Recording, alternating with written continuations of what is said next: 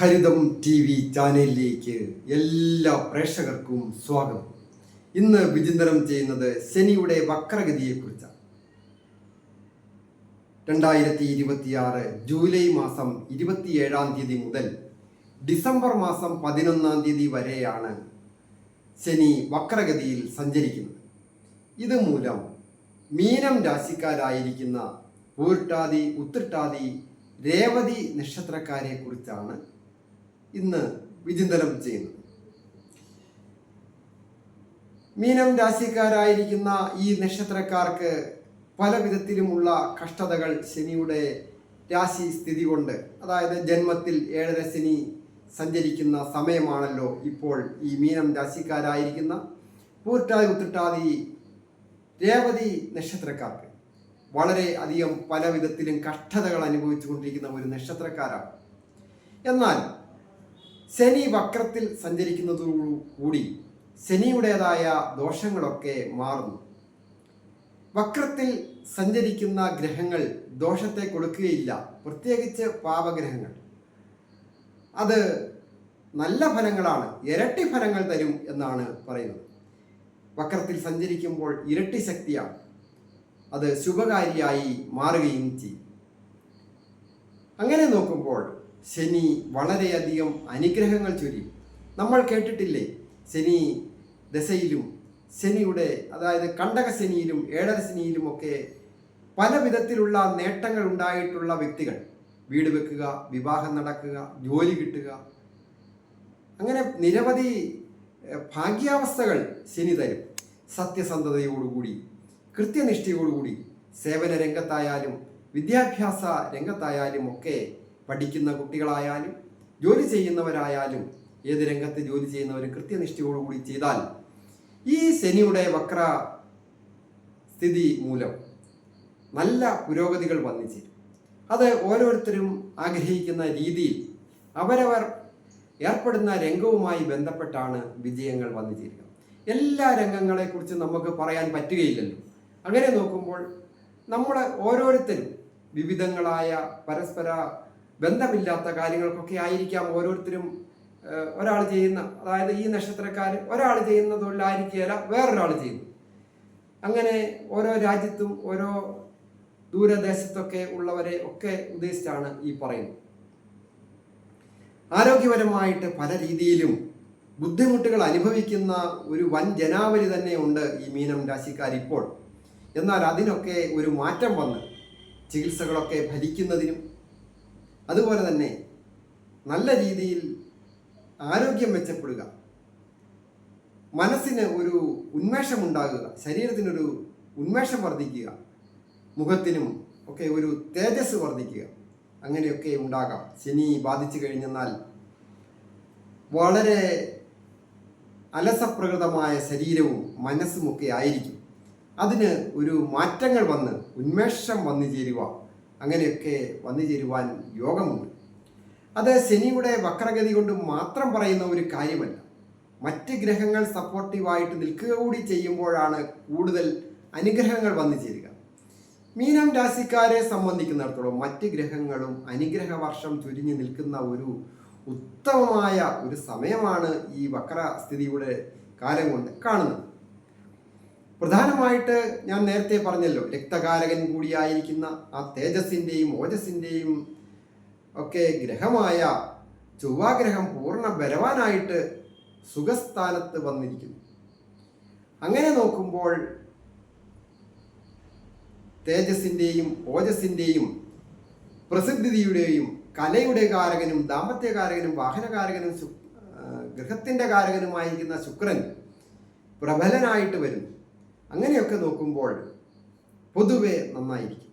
പൂർണ്ണമായ ദൈവാധീനമുണ്ട്. രാശ്യാധിപനും തൊഴിൽ സ്ഥാനത്തിൻ്റെ അധിപനുമായിരിക്കുന്ന വ്യാഴം ഭാഗ്യസ്ഥാനമായ 5-ാമിടത്ത് ഉച്ചം ചെയ്ത് നിൽക്കുക കൂടി ചെയ്യുമ്പോൾ വ്യാഴം പൂർണ്ണദൃഷ്ടി രാശിയിലേക്കുള്ളതിനാൽ കൂടുതൽ ആരോഗ്യപരമായി മെച്ചപ്പെടും. അത് സർവേശ്വരകാരകനും സർവ്വസമ്പത്പ്രദാത്രിയുമായിരിക്കുന്ന വ്യാഴമാണ് ഉച്ചം ചെയ്ത് നിൽക്കുന്നത്. അത് തൊഴിൽ സ്ഥാനാധിപനാണ്. അപ്പോൾ അപ്രതീക്ഷിതമായ തൊഴിൽ ആഗമന യോഗമുണ്ടാകും. അത് ലോട്ടറി ഭാഗ്യവുമാകാം. ലോട്ടറി അടിക്കുന്നതിനൊക്കെ നല്ല ഭാഗ്യമുള്ള ഒരു സമയമാണ്.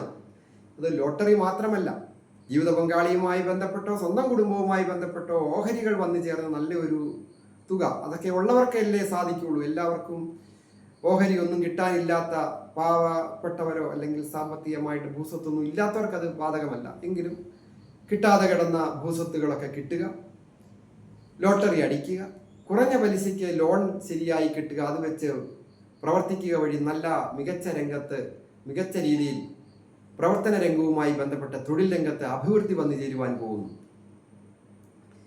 അതുപോലെ തന്നെയാണ് പെട്ടെന്ന് സ്വന്തം നാട് വിട്ട് പഠിച്ച വിദ്യയ്ക്കോ അതിനു മേലെയോ സാമ്പത്തിക അഭിവൃദ്ധിയോടുകൂടി ഒരു ജോലി ലഭിക്കുക. അതുമല്ല എങ്കിൽ വിദേശത്ത് ഒരു ചാൻസ് കിട്ടി പോയി അവിടെ നല്ല ഒരു ചാൻസ്, ജോലിക്ക് ഉയർന്ന പൊസിഷനുള്ള ഒരു ജോലി കിട്ടി, നല്ല ഉയർന്ന ശമ്പളം കിട്ടി, കാര്യങ്ങളെല്ലാം സുഗമമായി നടന്നു, പെട്ടെന്ന് ഭൂമി വാങ്ങാനും ഗൃഹം വാങ്ങാനും ഒക്കെ സാധിച്ചു, വിവാഹം നടക്കാൻ സാധിച്ചു എന്നൊക്കെ കേട്ടിട്ടില്ലേ? അതൊക്കെ ഇങ്ങനെയുള്ള ഭാഗ്യാവസ്ഥകൾ വന്നു ചേരുന്ന സമയമാണ്. ഏഴരശനിയാണ് എന്ന് പറഞ്ഞ് പേടിച്ച് വിഷമിച്ചിരിക്കേണ്ട കാര്യമില്ല. ഉത്സാഹത്തോടുകൂടി പ്രവർത്തിച്ചാൽ ശനിദേവൻ അനുഗ്രഹം ചൊരിയും. അത് എപ്പോഴാണെന്ന് അറിയത്തില്ല, പ്രവർത്തിക്കാൻ തുടങ്ങുമ്പോഴേ തരണമെന്നില്ല.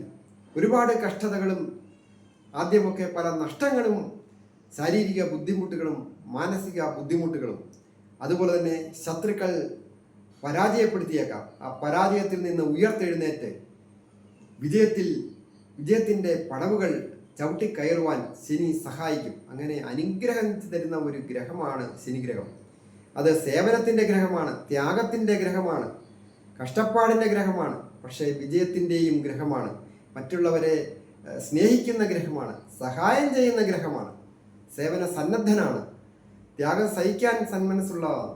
അങ്ങനെ വിജയത്തിലെത്തുവാൻ ഗുരുക്കന്മാരുടെയും മാതാപിതാക്കളുടെയും നല്ല സുഹൃത്തുക്കളുടെയും സമൂഹത്തിലെ നല്ല നല്ല ആൾക്കാരുടെയൊക്കെ സഹായവും സഹകരണവും ഈ സന്ദർഭത്തിൽ ഈ നക്ഷത്രക്കാർക്ക് വന്നു ചേർന്ന് വിജയിക്കുവാനായിട്ട് സാധിക്കും.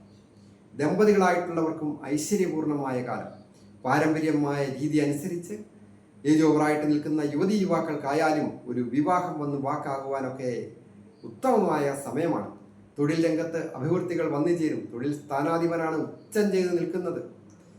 മെഡിക്കൽ രംഗവുമായി ബന്ധപ്പെട്ടോ ഗവൺമെൻറ് ജോലി കിട്ടുകയോ IT മേഖലയിൽ ഉയർന്ന രീതിയിലുള്ള ജോലി കിട്ടുക, ഒരു കാർഷിക രംഗത്ത് ജോലി ചെയ്യുന്നവരായാലും പ്രവർത്തിക്കുന്നവരായാലും അവർക്ക് നല്ല വിളവുകൾ ലഭിക്കുകയും വിളകൾക്ക് നല്ല വില ലഭിക്കുകയും, അത് കന്നുകാലി വളർത്തലുണ്ട്, മറ്റ് ഇതര രീതിയിലുള്ള കൃഷി രീതികളുണ്ട്, അതിനൊക്കെ നല്ല ഒരു മാർക്കറ്റ് കണ്ടെത്തുവാനും വിജയിക്കുവാനും ഒക്കെ സാധിക്കും.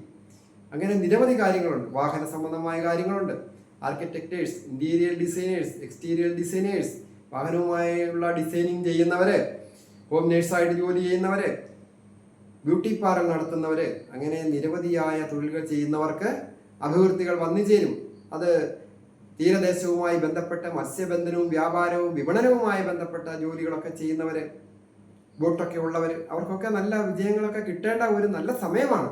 ഈ ഏഴരശനിയൊക്കെ ബാധിച്ച് വളരെ നേരുകേടും മേടിച്ചാൽ കൊടുക്കാൻ പറ്റാതെ വരിക, കൊടുത്തത് കിട്ടുക, അങ്ങനെയൊക്കെ വിഷമിക്കുന്നവർക്ക് അതിൽ നിന്നൊക്കെ മോചനം ഉണ്ടാകുവാൻ സാധിക്കും. വിദ്യാർത്ഥികൾക്ക് വിജയങ്ങൾ വന്നു ചേരും. ടെസ്റ്റുകൾ എഴുതുന്നവർ, പരീക്ഷ എഴുതുന്നവർ ഒക്കെ വിജയിക്കുവാൻ, നല്ല സ്കോർ ചെയ്ത് റാങ്ക് ലിസ്റ്റിൽ പേര് വരുവാനൊക്കെ യോഗമുണ്ട്.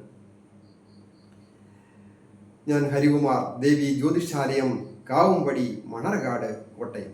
ഈ ചാനൽ പേരും നക്ഷത്രവും ചേർത്ത് കമൻറ്റ് ചെയ്യുക. നിങ്ങളുടെ വിഷയം എന്തുമാകട്ടെ അതുകൂടി രേഖപ്പെടുത്തിയാൽ ഞാൻ നിങ്ങൾക്ക് വേണ്ടി പ്രാർത്ഥിക്കാം. ഈ ചാനൽ അതുപോലെ തന്നെ ഷെയർ ചെയ്യുകയും സബ്സ്ക്രൈബ് ചെയ്യുകയും ചെയ്ത് എന്നെ പ്രോത്സാഹിപ്പിക്കണം എന്നുകൂടി അഭ്യർത്ഥിക്കുന്നു. വ്യക്തിപരമായ കാര്യങ്ങൾ അറിയുവാൻ നേരിട്ട് എൻ്റെ ജ്യോതിഷാലയത്തിൽ വരികയോ ഫോൺ വിളിച്ച് ചോദിക്കുന്നതിനുമൊക്കെ അവസരമുണ്ട്. താഴെ എൻ്റെ ഫോൺ നമ്പർ ചേർത്തിട്ടുണ്ട്. എല്ലാവർക്കും നന്മ വരുവാനായിട്ട് പ്രാർത്ഥിക്കുന്നു.